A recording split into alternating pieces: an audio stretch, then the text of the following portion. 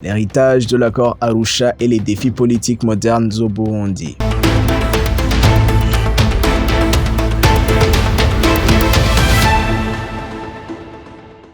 L'accord de paix et de réconciliation d'Arusha pour le Burundi, signé en 2000, est l'une des colonies politiques les plus importantes de l'histoire moderne du pays. Il a été conçu pour mettre fin aux années de conflits ethniques et de guerres civiles pour construire un nouvel ordre politique basé sur le partage du pouvoir, la représentation et l'équilibre institutionnel. Négocié dans le cadre d'une médiation régionale et internationale, l'accord a créé un cadre destiné à empêcher le retour de la violence de masse. Il a introduit des quotas ethniques dans les institutions de l'État, a restructuré l'armée et a établi des règles destinées à garantir l'inclusion politique. Pendant plusieurs années, Arusha a été largement présenté comme un processus de paix modèle dans la région des Grands Lacs. Mais les accords de paix ne mettent pas fin aux tensions par eux-mêmes. Ils créent des structures, pas des certitudes. Au fil du temps, la concurrence politique, les différents gouvernements et l'interprétation institutionnelle ont commencé à tester les limites du cadre Arusha. L'une des questions les plus débattues concernait les limites du mandat présidentiel et la façon dont il devrait être interprété en vertu de la constitution post-Arusha. Les partisans de la continuité ont fait valoir la légalité et la légitimité